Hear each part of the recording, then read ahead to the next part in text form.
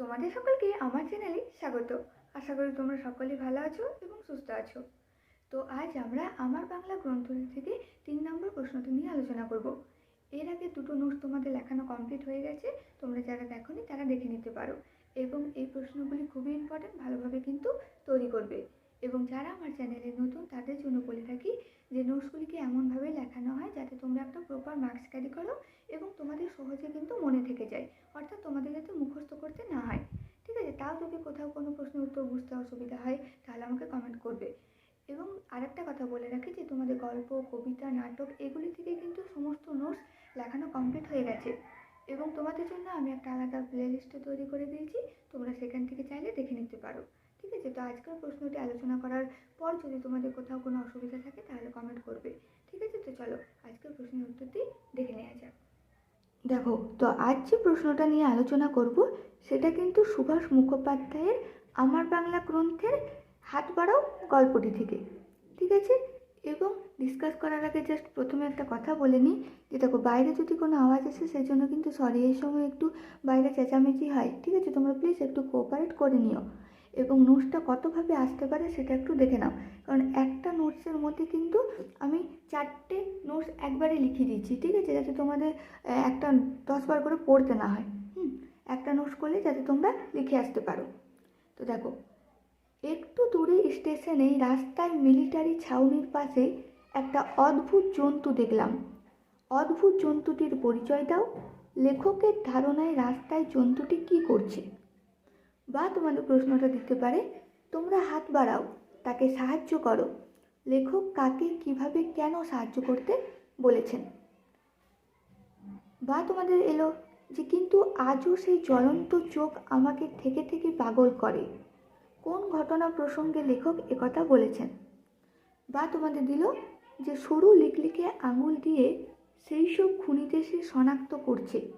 কে শনাক্ত করছে, কাদের খুনি বলা হয়েছে? ঠিক আছে, তো একটা কোশ্চেনের উত্তর করে যাতে তোমরা লিখতে পারো ঠিক সেভাবে কিন্তু লেখা আছে, কারণ তোমাদের এই সময় টাইমটা সেভ করা অত্যন্ত প্রয়োজনীয়। ঠিক আছে, দেখো তাহলে উত্তরটা লিখবে যে যেমন প্রশ্নটা দেখবে ঠিক সেরকমভাবে উত্তরটা লিখবে। দেখো, উদ্ধৃত অংশটি সুভাষ মুখোপাধ্যায়ের লেখা আমার বাংলা গ্রন্থের অন্তর্গত হাত বাড়া রচনা থেকে গৃহীত। এটা প্রথমে লিখবে, কারণ প্রতিটাতে কিন্তু লাইন দেওয়া ছিল কোয়েশ্চেনগুলোতে। ঠিক আছে, তাই কোথা থেকে প্রথমে উদ্ধৃতিটি নেওয়া হয়েছে সেটা প্রথমে তোমরা লিখে দিলে।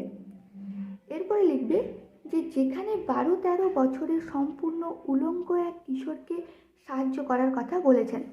কোয়েশ্চেনে কি ছিল, যে কাকে সাহায্য করার কথা বলেছেন।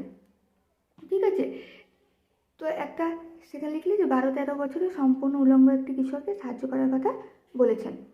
এরপর তোমাদের প্রশ্নটা তোমরা যখন খাতায় লিখবে তখন বুঝতে পারবে। কোয়েশ্চেনে ছিল যে যে অদ্ভুত দৃশ্যটি কবি দেখেছিলেন, একটু দূরে স্টেশনে রাস্তায় মিলিটারি ছাউনির পাশে একটা অদ্ভুত যে জন্তু দেখলেন তার পরিচয় দাও।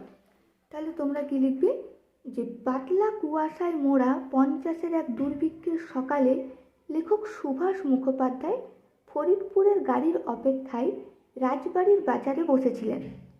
সেখানে বাজার থেকে একটু দূরে স্টেশনে রাস্তার মিলিটারি ছাউনির পাশে এক আশ্চর্য রকমের জন্তু দেখেন।